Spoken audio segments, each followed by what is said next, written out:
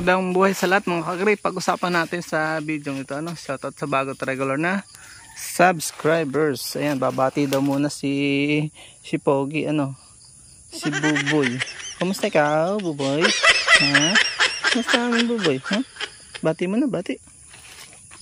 Bakit nga ba kukunti lang mamunga itong mangustin? Ayan, nakita nyo. Okay, tayo nag-vlog tayo dito. Ang dami ng laglag. Ayan, may mga buko pa yun. Yun. Ito nyo. Kukunti na nalaglag pa. Pero ang good news ay marami ding natira. Hala mo ay konti lang, mayabang din, parang lansones din. Daming natitira.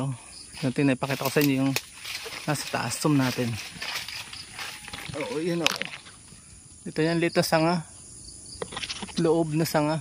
So hindi totoo na dapat mong tanggalin yan. Sayang kasi nabunga din eh. Hindi yan totoo ha.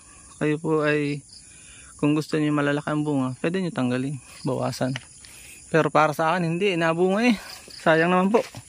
So maraming tinuturo sa atin ng mga technician, ng technology na mali. Kaya napunta mo class. Kaya tayo nagbablog, tinuturo natin yung aming personal experience. So ayan si Buboy, nangangana ng yung dragon fruit. So konti lang po talaga ang binubunga sa una. Kaya nga sabi ko sa isang vlog, farming and agribusiness ay may kaunting at malaking pagkakaiba. Konti at malaking pagkakaiba. Ano gayon? Sa farming, ang farming is not concerned sa kanyang, hindi niya main priority yung output, yung bunga. Bumunga ng iisa yan, tuwan-tuwa na yan. Yehey, may unang bunga na, celebration. Ganun kami mga farmer. Sa agribusiness hindi. Pagkatanim pa lang, kwentado na ang ginastos, ang labor, nakakwenta na kung ilang taon bubunga. That's agribusiness, how it works. At kapag ka namunga yan ng kukunting ganyan, ay medyo nag-iisip na yan kung magpapalit o may gagawin pang iba. Panay ang tuklas para lumaki ang kita. Mainly agribusiness ay mainly focus on business, meaning focus on money, on the output, while farming naman is focus on satisfaction, doon sa kanyang plano. Basta paplano siya magtanim, pero pwede siyang mag-combine. Mas maganda siyang i-combine yung agri-business and farming, pero mahirap siya talaga. Magkaiba talaga yung salitang pera-pera lang at puso. Pero marami swerte yung mga farmer na agribusiness pa. Business minded ba? Opo, maganda po yun. Pero dito nga sabi ko sa inyo, pag iniptalo, sa unang taon talagang 1, 2, 3 na butil butil ang bunga niyan. Merong wala. Merong 20 years na naghihintay. Sa isang vlog, pinaliwanag ko doon na depende yun sa variety, pag-aalaga, sa climate requirement dun sa lugar. Gusto kasi niya matutubig pero hindi babad sa tubig. Ayan, hanggang gulo noon. Matubig na hindi babad sa tubig kasi pwede siyang bumagsak kapag loose yung lupa. Kapag ang ginagamit mo abono chemical, ay hindi talaga gaganda yan. Discourage you to use chemical dahil nga po papatayin niyan ang puno pati lupa. Dalawang pinapatay niyan, tatlo, pati magsasaka later on. Kaya kasinungalingan na malaking income sa una siguro, pero pag later on ay hindi ka nakikita. So yun kakaiba din ng farmer sa agribusiness. Agribusiness ay walang pakialam sa kalikasan, kalimitan.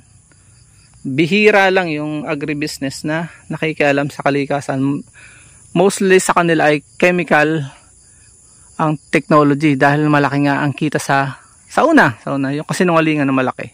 Paano malaki yun sa una lang may kita, sa dulo hindi na kumita dahil sira ng lupa. So yun malaki ng pagkakaiba pera lang sa salitang ang agribusiness, at ang farmer ay concerned sa lahat, sa climate, sa ecology at sa kanyang long term goal na sustainability ang goal ng farmer. Ang agribusiness ay survival. Survival at makakumita ng malaki. Greediness yan. Maganda sana i-combine natin yan. Yung puso at ano. So yun ano, hindi agad kikita yan ng malaki. Lalo na kung native ang variety na iyong tinanim. Matagal po yan. Sa mga unang 3 taon ay mahina. Huwag kang aasa ng kita. Kaya diniscuss ko yung pagkakaiba ng farmer sa agribusiness. Pero kita nyo naman ito, mahigit 10 kilo na ang isa. Minsan nagti 300 ang isa. May 3,000 nga baga. Ganun, 80. Ganun. Pinakamababa niyan 80. Ganun. Malaki kaya marami pa rin nagtatanim niyan kahit mabagal siyang kitaan. Once naman na nagsimula, naku, 100,000 po yan. So, diyan na papasok ang agribusiness kung alam mo yan. Yung principle niyang mangosteen. Napakatibay pa niya sa bagyo, kaya marami po nagtatanim. So, yun lang. Bibitinin natin. Kung mayroon pong kulang, ay pakidagdagan na lang sa comment section. At pag-usapan natin sa mga susunod yung inanin nito kung ilang kilo. Titestingin natin pagka lalambingin ko yung tatay ko para makita na. May estimate na namin sa unang bugso pa lang kasi mostly yan ay sabay-sabay pinipitas. Kukunti na yung matitira. Ayun, may hinog na nga sa dulo eh. Oh. Ayun oh, yung tamang pagpipitas niyan, pag-usapan din po natin. Palambing lang po bago tayo magtapos. Huwag niyo po sana skip ang mga ads. Magdadagdag po tayo ng mission sa buhay. Kadamay po kayo sa biyaya, sa spiritual. Dahil nga kayo ay naging partner sa hindi lang pag-skip ng mga ads. So, ang panghuli kong bibitawan, tsaga-tsaga lang sa pagsasaka. Dahil sa pagsasaka ay wala po talagang pera-pera. Yan po ay basta nakakutitap ng pag-asa, tuloy ang bangi. Kahit basa ang bunot. At sa dulo, kami po ay nag-i-enjoy sa kusang loob na bunga ng kalikasan. Ang principle behind sa nature, sa farming, ibigay mo yung kailangan ng halaman at ang kailangan mo ibibigay ng halaman sa dulo.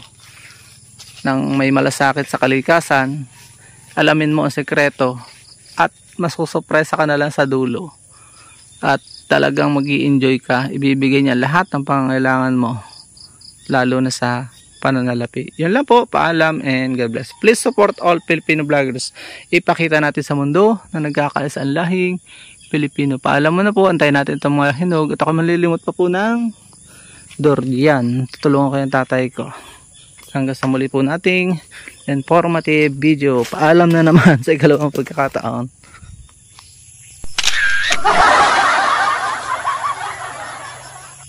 At dyan po, nagtatapos ang ating munting vlog.